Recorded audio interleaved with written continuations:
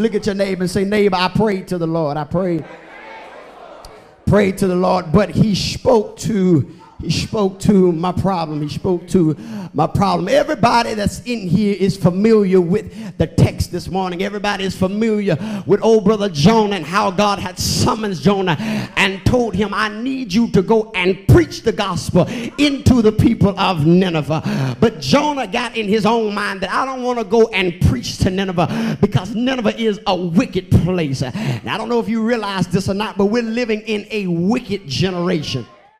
Let me make 3 points here and get out of your way. The Bible said in the first verse, it said that after now they have thrown Jonah out into the water. The Bible said the last verse of chapter 1 that God prepared a great fish to come and swallow Jonah.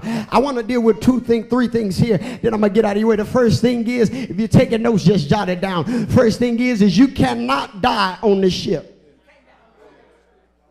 Got to let that sit in your spirit. Gotta let that sit in your spirit right there. You cannot die on the ship. Look at your neighbor and say, the ship is not your destiny. Yeah, the ship is not your destiny. I know you might be in a place right now that might seem a little unstable. Your finances might be unstable. Your relationships might be unstable. But God did not design you to live on a ship. He designed you to live on the land of Tasha. He designed you to go to Nineveh. He designed you to dwell on a land. Look at your neighbor and say, he didn't design me to stay here. He didn't design me to stay here.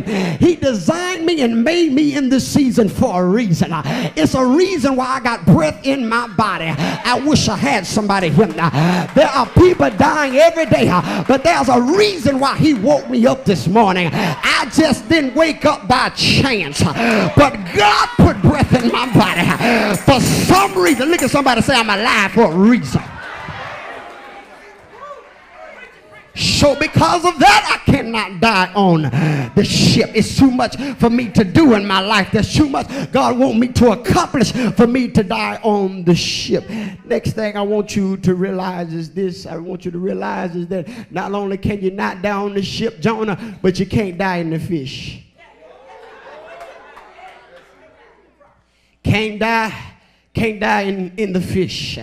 And one thing about being in the fish, I said, God, well, what's the difference from being in the ship and being on the fish, in the fish? God explained to me that on the ship, he was around a lot of folk. But when you got down in the belly of the fish, Jonah was in the fish by himself. I wish I had time here to really preach to somebody and get in your spirit real quick. There's somebody you got to learn how to be alone and not be lonely. I wish I had somebody here now. You got to learn how to be by yourself, walk in your own lane, handle your own business, and still not be depressed. You got to know how to celebrate by yourself. If you ain't got no true friends, go to the party store, get you some balloons, and celebrate by yourself.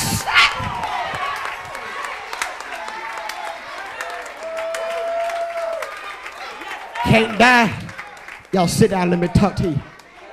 Can't die in the fish.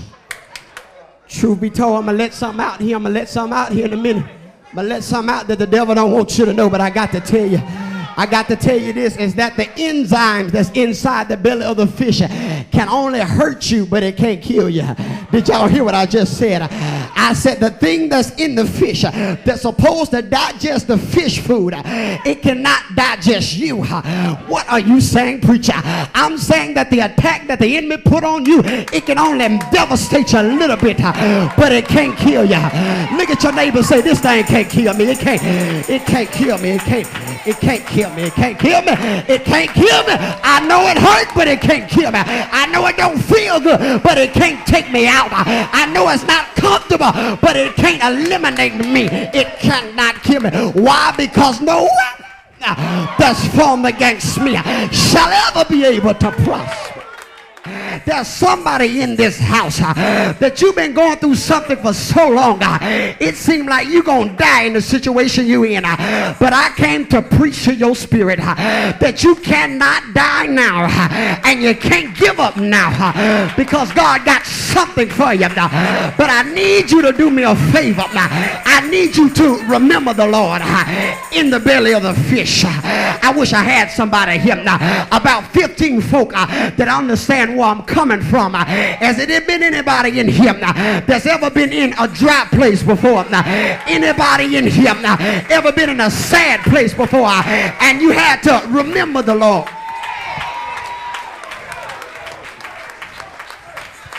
I didn't have friends I could call on, but I could call on Jesus. I didn't have friends I could talk to, but I can talk to Jesus. I wish I had about 10 folk that can say, yeah, I talked to Jesus before. I talked to him. I talked to him before. I had a relationship with him. Still got my relationship with him. And every time I need him, I call on him. Every time I need him, I call on him. There's something about Jesus.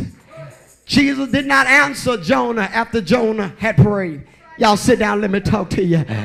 Jesus did not return the message back to Jonah.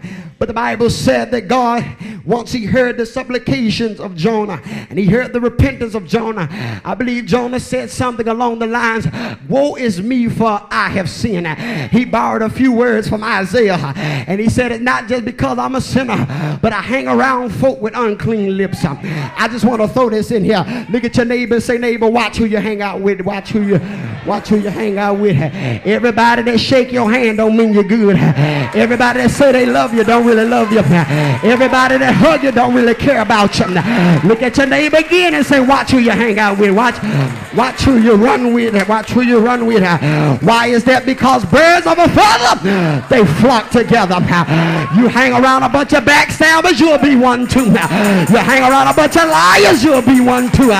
Just watch who you hang with. Watch who you hang with. The Bible said that Jonah made his supplication unto the Lord, and God did not answer Jonah back, but the Bible said that he spoke to the problem.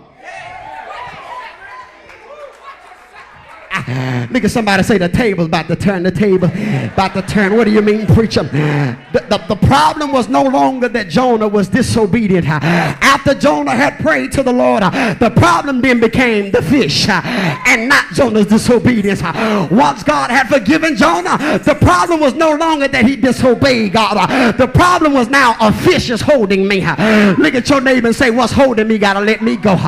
What's holding me has got to let me go. What's holding me has got to turn me loose, because I'm getting my things straight with God now.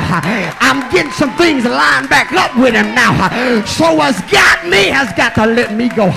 What's holding me got to turn me loose. Just shake yourself a little bit and say, turn me loose, turn me loose.